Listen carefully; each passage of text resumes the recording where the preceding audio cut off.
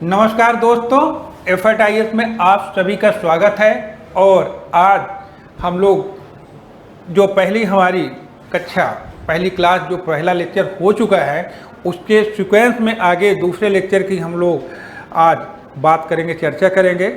दूसरा लेक्चर बहुत ही इंटरेस्टिंग होने वाला है, क्योंकि आज हम लोग ये जानेंगे कि पृथ्वी की जो आंतरिक संरचना है, interior structure of the earth, पृथ्वी की आंतरिक संरचना किस तरह से बनी हुई है। जहाँ पर जिस पृथ्वी पर हम रहते हैं वह पृथ्वी किस तरह की बनी है, उसमें कौन कौन से मटेरियल हैं, कैसे है।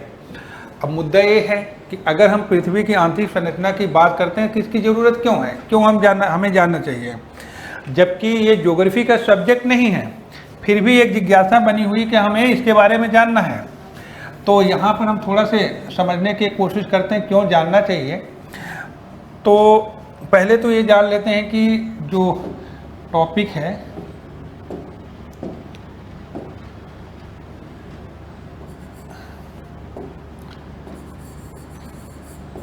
इंटीरियर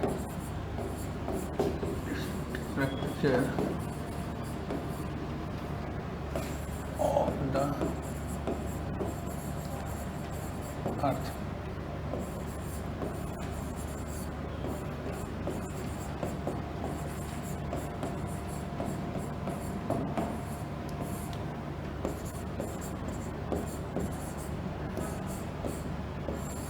पृथ्वी की आंतरिक संरचना है। यदि पृथ्वी की आंतरिक संरचना की बात की जाए तो रियल में ये जो सब्जेक्ट है, ये जो टॉपिक है, ये ज्योग्राफी का नहीं है। अगर देखा जाए तो ये ज्योग्राफी का विषय नहीं है। ये जो सब्जेक्ट, ये टॉपिक है, ये है जियोलॉजी का, भूगर्भ शास्त्र का विषय है। अब मुद्दा होता है कि जब भूगर्भ शास्त्र का विषय है तो कहने का मतलब भूगर्भ शास्त्र में इसको अच्छे से अध्ययन किया जाता है। अब ज्योग्राफी में हम क्यों पढ़ते हैं? ज्योग्राफी में इसलिए पढ़ते हैं क्योंकि एक हमारी जिज्ञासा ये बन जाती है कि जिस पृथ्वी पर हम रहते हैं उसकी आंतरिक संरचना कैसी बनी हुई है। दूसरा, ज्योग्राफी का जो विषय वस्तु है वो बेसिकली क्या है? अर्थ, पृथ्वी, उसकी सतह पर जो बनी हुई टोपोग्राफी है, तो उसका अध्ययन करना। तो यहाँ पर भी बहुत सारी ऐसी घटनाएं, जियोग्राफिकल फेनामेनाज हैं, जो भौगोलिक घटनाएं हैं, भूभौतिकी घटनाएं हो रही हैं, उनके बारे में जानने की जिज्ञासा हो जाती है कि ये जो है, जो हम भूभौतिकी घटनाओं को देख रहे हैं, जैसे लाइक मान लो कि अर्थक्वेक का ना, वोल्केनो इरप्शन, ठीक है, अगर कहीं भूकंप आ रहा है, कहीं ज्वालामुखी का उद्गार हो रहा है, तो इसके पीछे की कहानी क्या है, कहाँ से मैग्मा आता है, क्यों कंपन, शांति से हम खड़े रहते, क्यों कंपन हो जाती है पृथ्वी, क्यों सब कुछ एकदम हिलने लगता है, लगता है कि अब सब कुछ भागो भागो भागो, सब टूट के गिरने लगता है, क्यों? तो ये जिज्ञासा बनेगी ना कि भाई क्यों, कहाँ से ऐसा हो रहा है। तो यहाँ पर हम ये समझेंगे कि जो पृथ्वी की आंतरिक संरचना है, सबसे ज़्यादा जरूरी ये है कि अगर हम इस पृथ्वी पर रह रहे हैं तो अगर हम ब्रह्मांड की बात करते हैं तो ब्रह्मांड में बहुत सारे ऐसे जो है प्लैनेट हैं, और उन सभी प्लैनेट की अगर बात की जाए तो पृथ्वी ही एकमात्र ऐसा प्लैनेट है, एकमात्र ऐसा ग्रह है जिसमें जीवन संभव है। और पर क्यों नहीं है और यहाँ पर क्यों है? तो निश्चित रूप से दूसरी जगह इसलिए भी नहीं है क्योंकि जो सन से जो हानिकारक रेज जाती हैं, जो किरणें जाती हैं, वो जो है उन्हें वहाँ पर नष्ट कर देते हैं। टेम्परेचर इतना ज़्यादा बढ़ा देता है या इतना कम हो जाता है वहाँ पर कि जिस वजह से क्या होता है कि दिन में बहुत ज़्यादा टेम्परेचर, रात में बहुत कम टेम्परेचर होने की वजह से सब चीज़ें नष्ट हो जाती हैं। बट जो अर्थ की अपनी एक खासियत है कि इसमें चारों तरफ, पृथ्वी के चारों तरफ एक वायुमंडल है, और वायुमंडल कहीं ना कहीं किसी से टिका हुआ है।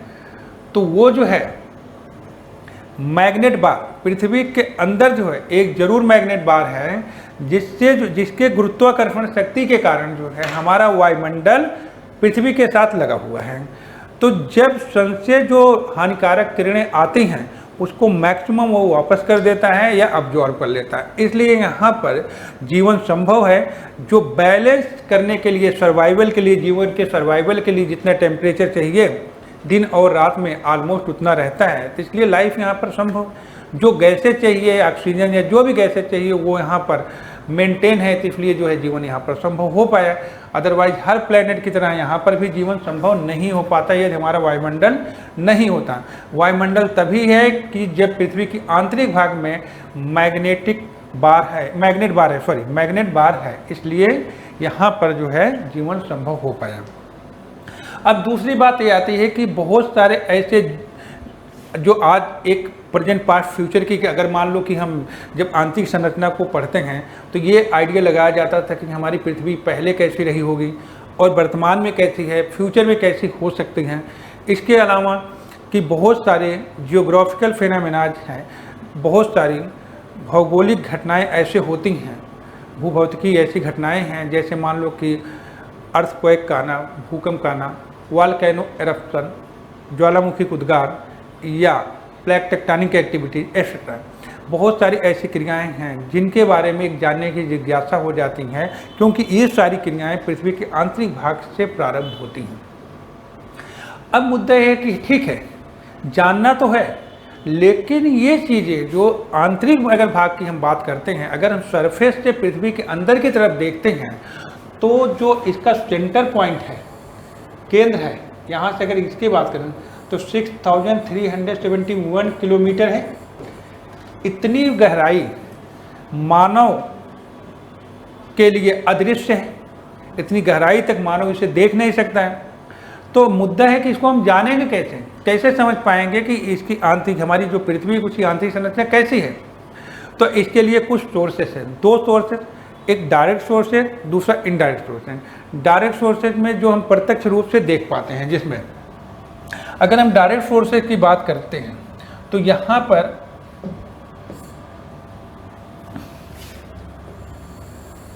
दो तरह से पृथ्वी की आंतरिक संरचना को समझने के लिए दो तरह सोर्सेज काम करेंगे, हम यूज करेंगे, एक डायरेक्ट और दूसरा इनडायरेक्ट।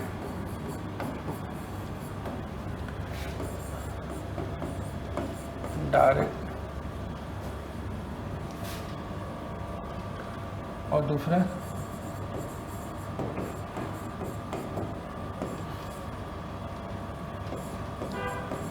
अप्रत्यक्ष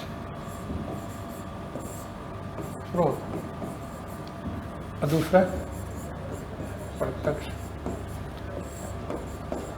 स्रोत। ठीक, डायरेक्ट सोर्स में हम क्या क्या देखेंगे और इनडायरेक्ट जो है सोर्सेस में क्या देखेंगे। जो प्रत्यक्ष सोर्सेस है इसमें क्या क्या है,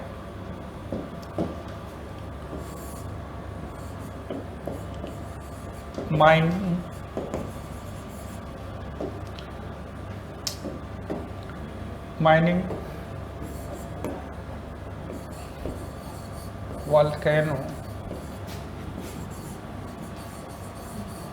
एरप्शन,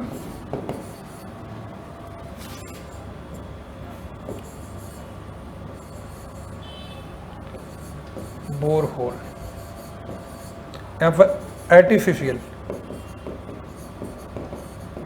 आर्टिफिशियल बोरहोल, खनन या ज्वाला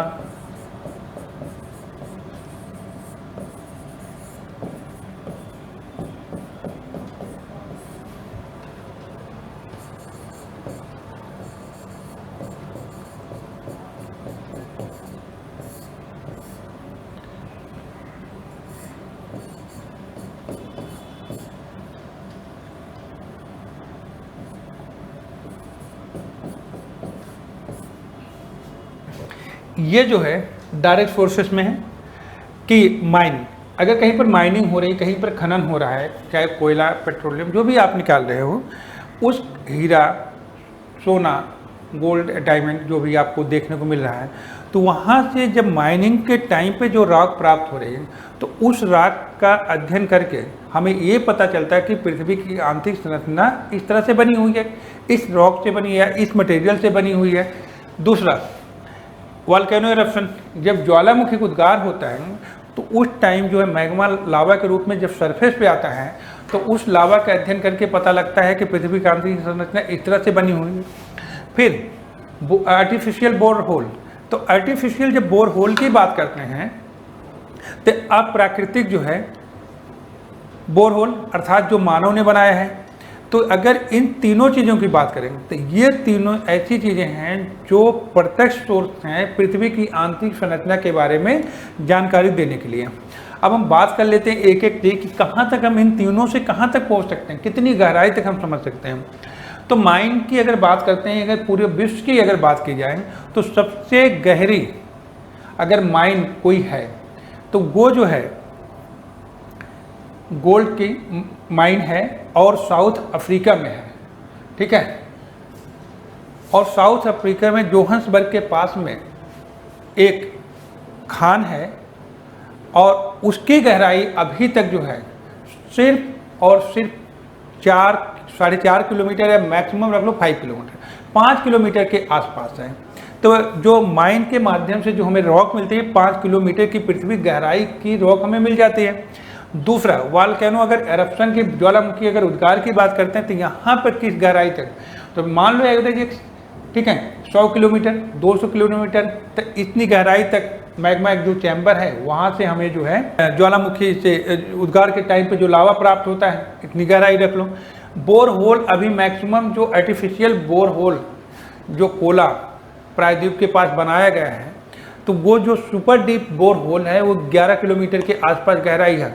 तो आप अंदाजा ये लगा सकते हो कि जो पृथ्वी की आंतरिक संरचना को हम प्रत्यक्ष रूप से जो देख पा रहे हैं वो कितना देख पा रहे हैं, लगभग मैक्सिमम 11 किलोमीटर। तो 11 किलोमीटर गहराई जब बात करते हैं तो 6371 किलोमीटर की तुलना में नगण्य है। तो ऐसी स्थिति में अब हम देखते हैं कि ये जो चीज़ें हमारे पास, देखो ये माइन है, ठीक है,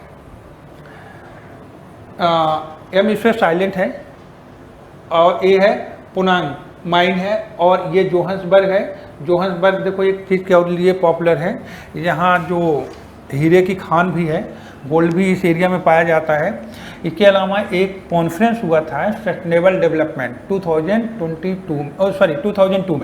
2002 में यहाँ पर सस्टेनेबल डेवलपमेंट कॉन्फ्रेंस हुआ था, समगतशील विकास। समगतशील विकास वही है कि ऐसे हम विकास की प्रक्रिया हम इस तरह से रखें कि जो रिसोर्सेज प्रकृति से हमें प्राप्त हैं हम उसका प्रयोग करें और उसका ऐसे संरक्षण रखें कि आने वाली पीढ़ी के लिए भी बचा के रखें, ठीक है। अब जोहान्सबर्ग के बाद हम आते हैं दूसरा जो बोर होल की बात करते हैं। यहाँ पर ये कोला प्रायद्वीप है, कोला प्रायद्वीप के पास जो है यहाँ पर एक बोर होल बनाया है 11 किलोमीटर की गहराई, ये रसिया के द्वारा बनाया गया है क्योंकि रसिया वाला क्षेत्र है। अब ये हो गए कि अगर कंपेयर किए तो नगण्य है क्योंकि 11 किलोमीटर मैक्सिमम हम प्रत्यक्ष रूप से देख पा रहे हैं। अगर अप्रत्यक्ष रूप से देखें तो टेम्परेचर, प्रेशर और डेंसिटी, ये तीनों अगर शॉर्ट में बताया जाए तो डेंसिटी की अगर बात करें तो ओवरऑल जो है पृथ्वी के जो घनत्व है वो 5.5 सेंटीमीटर क्यूब है, ठीक। और यहाँ पर क्यूब अगर यहाँ पर बात करते हैं डेंसिटी की, सरफेस से जैसे जैसे हम नीचे की तरफ जाते हैं कोर की डेंसिटी 11 के आसपास है। तो निश्चित रूप से कि अगर सतह से जब अंदर की तरफ जाते हैं तो हमारा घनत्व जो बढ़ रहा है, तो यह प्रमाणित होता है कि निश्चित रूप से पृथ्वी का आंतरिक भाग कुछ ऐसे मटेरियल, कुछ ऐसे पदार्थ से बना हुआ है कि जिसकी डेंसिटी उस पदार्थ की स्वयं में ही अधिक है। क्यों? क्योंकि कुछ लोगों के कहना था कि बढ़ते दबाव के कारण डेंसिटी बढ़ती है, लेकिन बहुत सारी रॉक पर जब स्टडी की गई तो जो मॉडर्न या रिफाइंड जो है मान्यताएं हैं, आधुनिक मान्यताएं हैं कि किसी भी रॉक पर एक निश्चित दबाव के बाद उसकी डेंसिटी नहीं बढ़ती। तो इसका मतलब जो कोर है, कोर की अगर डेंसिटी जो है 11 है, तो इसका मतलब है कि कोर किसी ऐसी रॉक से बना है कि जो स्वयं में उस मटेरियल कुछ ऐसे पदार्थ से बना है कि जिसकी स्वयं की डेंसिटी ज़्यादा है। तो जैसे निफे जो है निकेल और फेरियम से बना है, तो उसके खुद के ही डेंसिटी ज़्यादा होती है, स्वयं में डेंसिटी ज़्यादा है, इसलिए कोर की डेंसिटी ज़्यादा है। तो टेम्परेचर सरफेस नीचे जाएंगे, तापमान बढ़ेगा, प्रेशर बढ़ेगा, इससे शॉर्ट में इससे ज़्यादा इसकी कोई ज़रूरत नहीं है। अब उल्का पिंड है, तो जब आकाश से जो उल्का पिंड गिरते हैं तो कुछ अनुमान ऐसा लगाया जाता है कि अप्रत्यक्ष सोर्स के रूप में कि जो हमारी पृथ्वी पर उल्का पिंड गिर रहे हैं तो इसकी संरचना और पृथ्वी की संरचना सेम होगी, क्योंकि यह भी वायुमंडल से ब्रह्मांड से ही आने वाला है पदार्थ है, तो इसलिए दोनों की संरचना एक जैसी ही होगी। अब इसके बाद के गुरुत्वाकर्षण बल, ग्रेविटेशनल फोर्स की अगर बात करते हैं, तो जब हम देखते हैं कि दोनों नॉर्थ और साउथ पोल की तुलना में इक्वेटर पर ग्रेविटेशनल फोर्स नगण्य होता है, तो इससे प्रमाणित देखो कोई भी चुंबक है तो चुंबक का हमेशा नॉर्थ पोल और साउथ पोल ये दोनों अट्रैक्ट करेगा, जबकि ये मिडिल वाला हिस्सा ये अट्रैक्ट नहीं करेगा। तो वैसे इक्वेटर की बात अगर करते हैं तो वहाँ पर अट्रैक्शन कम होता है, अट्रैक्ट कम करता है, तो इसका मतलब है कि पृथ्वी के अंदर कोई ज़रूर ऐसे मैग्नेट बार है कि जो नॉर्थ और साउथ पोल की तरफ ज़्यादा अट्रैक्ट करता है। अब इसके बाद हम लोग आते हैं आगे की तरफ, देखते हैं जो अभी रिसेंट पृथ्वी की आंतरिक संरचना के बारे में जो सबसे ज़्यादा सटीक जानकारी देने वाला सब्जेक्ट है वो है सीस्मिक वेव्स, भूकंपी तरंगें। अब जो सीस्मोलॉजी जो है भूकंप विज्ञान, तो भूकंप विज्ञान के तहत जो है सीस्मिक वेव का अध्ययन किया जाता है। तो जो सीस्मिक वेव्स हैं ये अभी तक पृथ्वी की आंतरिक संरचना के बारे में सबसे सटीक जानकारी देती हैं। अब हम थोड़ा से इस पर चर्चा कर लेते हैं। भूकंप, देखो जब भूकंप आता है, कभी भी जब भूकंप आएगा है ना, तो इस चीज़ का ध्यान रखिए, अगर कहीं पर भूकंप आ रहा है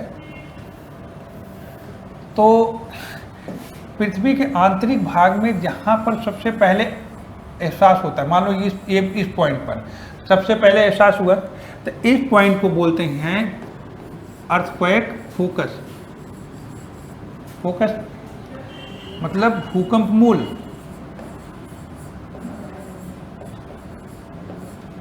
ओके, और सतह पर जहाँ सबसे पहले आभास होगा, मान लो इस जगह पर, तो इसे बोलेंगे एपी सेंटर। ये प्रीलिम्स में पूछता रहता है, ध्यान रखना, जहाँ सतह पर सबसे पहले आभास होगा, अधिकेंद्र। ओके, 2 पॉइंट हो गए, एपी सेंटर और फोकस।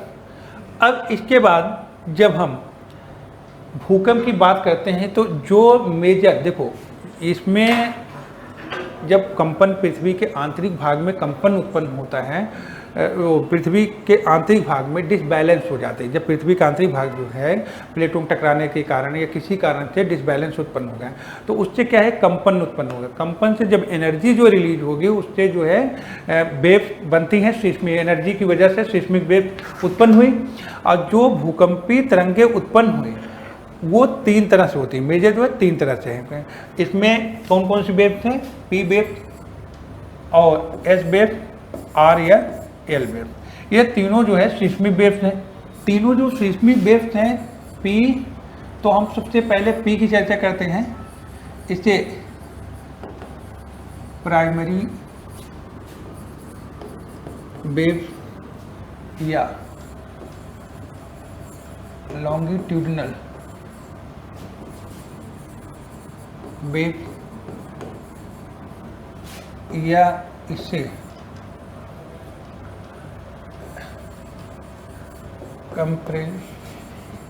कंप्रेशनल वेव्स भी कहते हैं।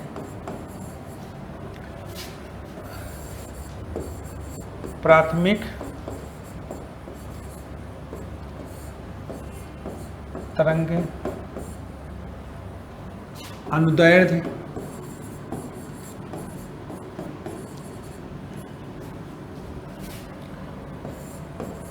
तरंगे और संपीड़नात्मक तरंगे, है ना। इसको 3 नाम से जाना जाता है। इसे साउंड वेव भी बोलते हैं, क्योंकि इसका जो नेचर होता चलने का वो साउंड वेव। देखो, जो जितनी भी भूकंपीय तरंगे हैं, इनको प्रोपोगेट करने के लिए, इनको संचरण करने के लिए किसी मीडियम की आवश्यकता होती है, क्योंकि ये मैकेनिकल वेव हैं। मैकेनिकल वेव्स होने के लिए किसी मीडियम से वो गुजरेंगे। अब वो मीडियम जैसे चेंज होगा वैसे इनके बिहेवियर में चेंज आएगा। अगर मान लो ये सीधा ऐसे जा रही हैं, अगर मान लो यहाँ पर सॉलिड था, अगर लिक्विड पड़े तो हो सकता है ऐसे हो जाए। तो कहने का मतलब जैसे जैसे इस सिस्मिक वेव के जैसे जैसे मीडियम चेंज होगा वैसे वैसे इनके बिहेवियर में चेंज आएगा। अब यहाँ पर जो पी वेव्स है, इसे साउंड वेव्स अलग अलग नाम से जाना गया है, ये डिस्कस हो गया है। अब ये जिस डायरेक्शन में चलती है, मान लो अगर इस डायरेक्शन में जा रहे हैं तो इसके जो कण पार्टिकल्स भी होंगे इसी डायरेक्शन में मूवमेंट करेंगे, ठीक है। इसी डायरेक्शन में इनमें मूवमेंट होगी पी, और इनकी एक कैरेक्टरिस्टिक होती है, वैसे जनरली जो है ये पर सेकंड 8 किलोमीटर की स्पीड से चलती, सबसे फास्ट चलने वाली ये सिस्मिक वेव्स है, ठीक है। ये जो है ऐसे आगे की तरफ इनमें मूवमेंट होगा, ये आगे पीछे ऐसे कंप्रेशनल है ऐसे, ठीक। अब जो है सिस्मिक वेव्स की एक खासियत ये होती है, ये किसी भी मीडियम में प्रोपोगेट कर सकती हैं, मतलब सॉलिड में भी जा सकती है, लिक्विड में भी जा सकती है और गैसीय में भी। लेकिन सॉलिड में इनकी स्पीड बहुत ज़्यादा होती है, लेकिन जैसे लिक्विड आएगा कंपेरेटिवली इनकी स्पीड कम हो जाती है। जैसे जैसे अर्थात डेंसिटी कम होगी सॉलिड में भी, जिसमें डेंस ज़्यादा होंगे, डेंसिटी ज़्यादा होगी, वहाँ पर इनकी स्पीड ज़्यादा होगी। यहाँ तक पिक्चर क्लियर है। अब हम थोड़ा सा कुछ डायग्राम आपको दिखाते हैं। इसको देखो, ये कंप्रेशनल पी वेव्स है, ऐसे देखो आगे पीछे हो रही हैं सेम डायरेक्शन में। और जो एस वेव्स होती है, अब इसके कैरेक्टरिस्टिक्स के बारे में हम लोग थोड़ा से पीछे की तरफ आते हैं, जानते हैं। एस वेव की कैरेक्टरिस्टिक ये है, एस वेव इसे सेकेंडरी वेव कहते हैं या ट्रांसवर वेव भी कहते हैं, ठीक है। सेकेंडरी द्वितीयक तरंगे या अनुप्रस्थ तरंगे, अनुप्रस्थ तरंगे, है ना, या द्वितीयक वेव। अब ये जो है पी की तुलना में इसकी स्पीड जो है, इसकी अगर स्पीड की बात करें, पी की तुलना में लगभग आधी होती है। पी की तुलना में इसकी स्पीड लगभग आधी है। और ये जो है सिर्फ सॉलिड मीडियम में जा सकता है, ठोस में, सॉलिड मीडियम में इसका प्रोपोगेशन हो सकता है। ये सिर्फ ठोस में ही एक एस वेव जो है प्रोपोगेट कर सकती है। जैसे लिक्विड पार्ट आएगा वैसे ये जो है लुप्त हो जाती हैं। ये देखो, इसका जो सबसे अच्छा, वैसे पृथ्वी की आंतरिक संरचना को समझने में इनका सबसे बड़ा रोल है। अब देखो, जैसे मान लो कि यहाँ पर हम बात करते हैं कि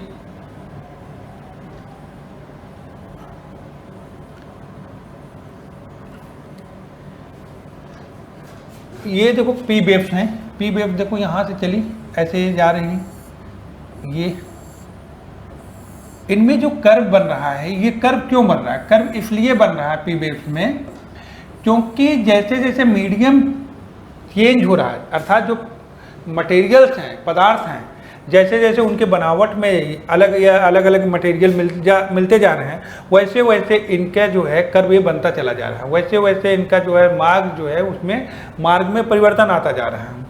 लेकिन आप देखो कि पी जो है सरफेस से लेकर कंटिन्यू ये प्रोपोगेट करेंगे, कोर तक होते हुए पार करते जा रहे हैं। लेकिन इनमें बहुत सारा चेंजेस आपको देखने को मिल रहा है। तो ये चेंजेस सिर्फ मीडियम चेंज होने की वजह से हैं। लेकिन कुछ ऐसा क्षेत्र है कि जहाँ पर जैसे ये वाला एरिया 103 से लेकर 103 से लेकर 142 डिग्री का जो एंगल बन रहा है, यहाँ पर मतलब 142 डिग्री के एंगल के बीच में पी वेव जो है प्रोपोगेट नहीं करती है, ये जो है प्रवेश वहाँ पर नहीं करेगी, और जहाँ पर ये पी वेव नहीं आ पाती है उसको बोलते हैं पी वेव शैडो जोन, मतलब पी वेव का छाया क्षेत्र बोला जाएगा। शैडो जोन मतलब छाया क्षेत्र। यहाँ पर पी वेव 103 से लेकर 142 डिग्री जहाँ एंगल बन रहा है उसमें पी वेव जो है प्रवेश नहीं करेगी, इसी ध्यान रखना। और इसका पी का शैडो जोन। इसी तरह से एस का भी आते हैं हम लोग। एस वेव की कैरेक्टरिस्टिक है कि ये जो है एस वेव प्रोपोगेट की, लेकिन इसके बाद एस जो है कोर के पहले कोर तक तय रही, लेकिन अपर कोर से गायब हो जा रही। तो इसका मतलब है कि ये 2900 किलोमीटर के बाद 2900 किलोमीटर के बाद जो है एस वेव प्रोपोगेट नहीं करे। तो इसका मतलब है 2900 किलोमीटर के बाद का जो एरिया है वो लिक्विड फॉर्म में है, और जब यहाँ पर ये एस वेव नहीं जा पा रही उस पूरे क्षेत्र को क्या बोलेंगे, एस वेव शैडो जोन क्षेत्र। ठीक है, अब ये पी और एस वेव की बात कर लिए, और इन दोनों को पी और एस वेव को, पी एंड एस को, इन दोनों को बॉडी वेव से भी बोलते हैं। क्या बोलते हैं, बॉडी वेव। ठीक है, क्योंकि ये पृथ्वी के आंतरिक भाग में ही चलती हैं, इसलिए इन्हें बॉडी वेव्स बोलते हैं। इसके बाद आर या एल तरंगें, वो सरफेस चलने वाली तरंगें हैं। और पृथ्वी के अगर जनधन की बात करें, जैसे हम लोगों को जो नुकसान होता है जब भी अर्थक्वेक आता है, तो सबसे ज़्यादा अगर नुकसान जब जनधन का होता है तो वो आर या लम महोदय ने इसके स्टडी के, तो एल वेव जो है इसके माध्यम से ही जनधन की हानि होती है। पी और एस की तुलना में उसकी स्पीड कम होती है, लेकिन वो बहुत ही भयानक विनाशकारी तरंगें होती हैं, और जिस वजह से बड़ी बड़ी ऊंची इमारतें टूट के गिर जाती हैं, बड़े बड़े इंफ्रास्ट्रक्चर टूट के गिर जाते हैं, तो रोड फट जाती है। वो उसी का कमाल है, उसी का खेल करते हैं। अब हम लोग यहाँ पर तो ये समझें कि पी वेव, एस वेव और आर या एल वेव, जिससे हम पृथ्वी की आंतरिक संरचना के बारे में जान सकें। अब इसको थोड़ा सा हम जस्टिफाई करते हैं पीछे की तरफ। देखो इस डायग्राम को थोड़ा सा समझो। जैसे हम ये क्रस्ट है, तो क्रस्ट देखो 2-3 इसमें टर्म बहुत इंपॉर्टेंट है, इसको थोड़ा समझना है। एक टर्म है लिथोस्फीयर। तो लिथोस्फीयर को समझना इसलिए आपको ज़रूरी है कि लिथोस्फीयर का मतलब क्या है। देखो कहीं कहीं कुछ लोग ये बता देते हैं कि जो कॉन्टिनेंट और ओशन है इसी को हम लिथोस्फीयर बोलते हैं। स्थल मंडल, क्या बोलेंगे इसका, स्थल मंडल। हमारी पृथ्वी 3 मंडल में डिवाइड है, एक स्थल मंडल, मेसोमंडल, मध्यमंडल और बायोस्फीयर मंडल। ये 3 मंडल में डिवाइड है। तो यहाँ पर जो लिथोस्फीयर है, लिथोस्फीयर का मतलब है कि क्रस्ट, कंप्लीट क्रस्ट का मतलब ये चाहे वो कॉन्टिनेंट हो चाहे ocean, complete crust plus mental का अपर पार्ट ऑफ मेंटल, और अपर पार्ट जहाँ से स्थैनोस्फीयर शुरू हो रहा है। जैसे ये वाला क्षेत्र क्या है, स्थैनोस्फीयर है। तो जो स्थैनोस्फीयर वाला एरिया है ये यहाँ से लेकर, मतलब स्थैनोस्फीयर से ऊपर वाला जो भी हिस्सा होगा, स्थैनोस्फीयर से ऊपर का जो भी हिस्सा होगा, स्थैनोस्फीयर किस में है, वो अपर मेंटल में है। तो स्थैनोस्फीयर से लेकर कंप्लीट क्रस्ट को मिलाकर हम लिथोस्फीयर बोलते हैं, स्थल मंडल बोलते हैं। अब यहाँ पर जब हम देखते हैं ये जो सिस्मिक वेव्स हैं, इनके बिहेवियर की अगर बात करते हैं, तो पी और एस वेव चल रही हैं। ऊपर का मतलब दोनों की स्पीड बढ़ रही है। अगर यहाँ पर क्रस्ट, जब क्रस्ट ऊपरी क्रस्ट निचले क्रस्ट की तरफ से चलती हैं तो दोनों की स्पीड बढ़ जाती हैं।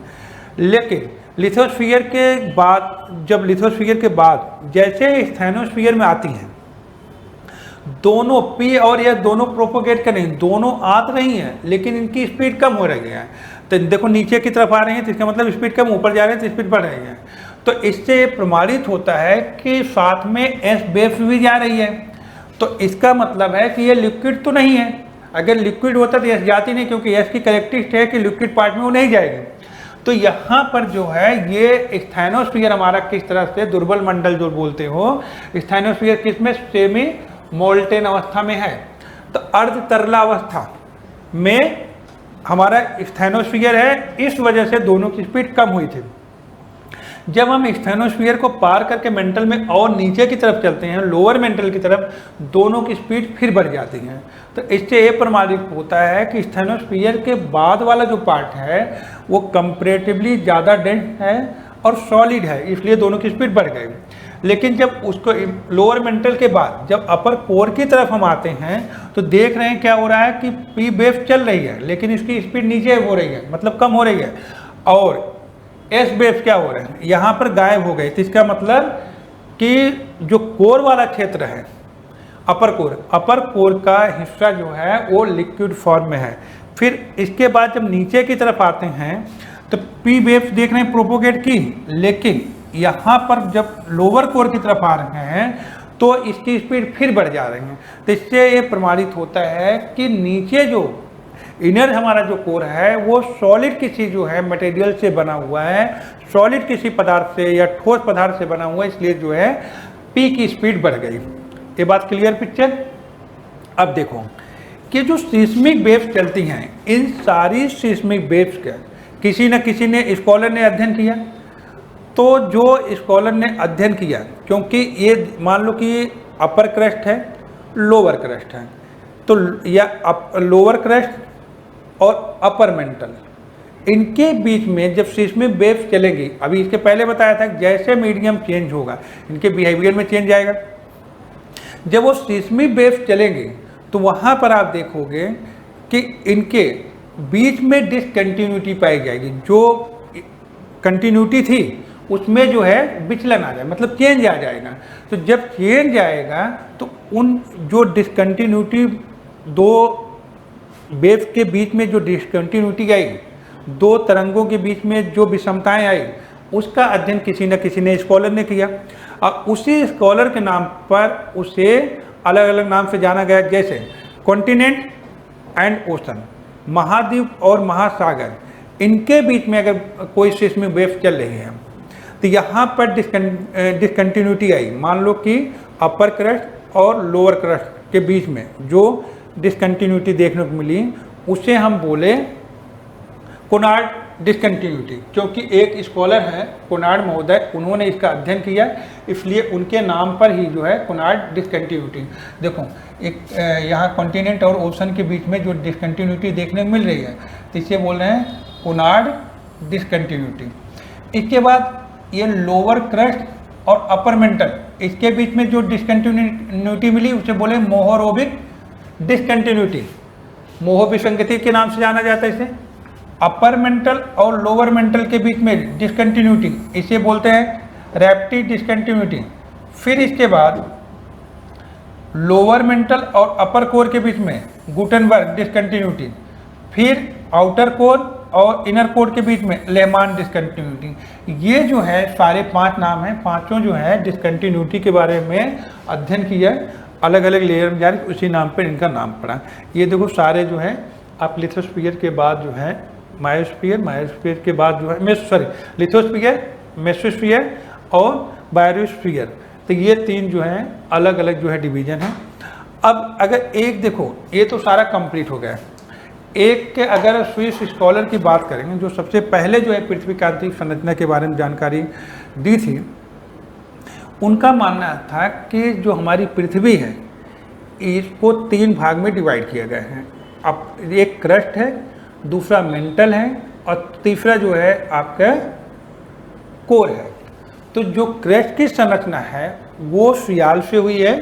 अगर हम पृथ्वी को ऐसे मान लें तो इसका एक हिस्सा जो है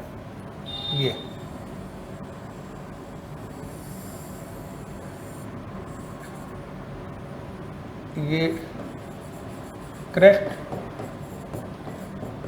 या भूपर्पटी, ये वाला हिस्सा हो गया। इसके बाद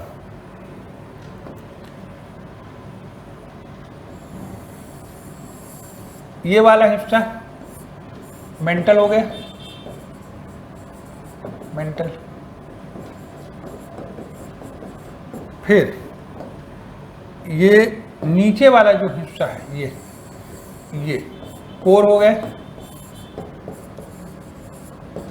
इसे क्रोड या कोर बोलते हैं दोनों भी हिंदी में।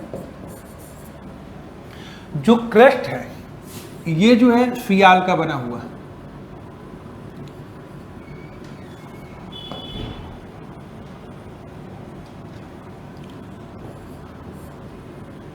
सिलिकॉन और एल्युमिनियम, सियाल। जो ये मेंटल है उनका कहना है ये सीमा का बना हुआ, सिलिकॉन और एल्युमिनियम। ओ सॉरी, ये सियाल जो है सिलिकॉन और एल्युमिनियम, और ये सिलिकॉन और मैग्नीशियम का बना हुआ। जो कोर है ये निफे, निकल और फेरियम का बना हुआ है। तो अपर वाला हिस्सा क्रस्ट वो सियाल का बना हुआ है, सिलिकॉन और एल्युमिनियम। जो मेंटल है वो किससे बना हुआ है, सीमा से, सिलिकॉन और मैग्नीशियम। और जो ये लास्ट वाला है कोर वो निफे, निकल और फेरियम। ठीक, इसके साथ ये चैप्टर आपका कंप्लीट होता है, इंटीरियर स्ट्रक्चर ऑफ द अर्थ। और कल हम लोग जब मिलेंगे तो कॉन्टिनेंटल ड्रिफ्ट थ्योरी और सी फ्लोर स्प्रेडिंग पढ़ाएंगे। एक बार आप लोग देख के आओ, कल के बाद से टेस्ट अपना शुरू हो जाएगा।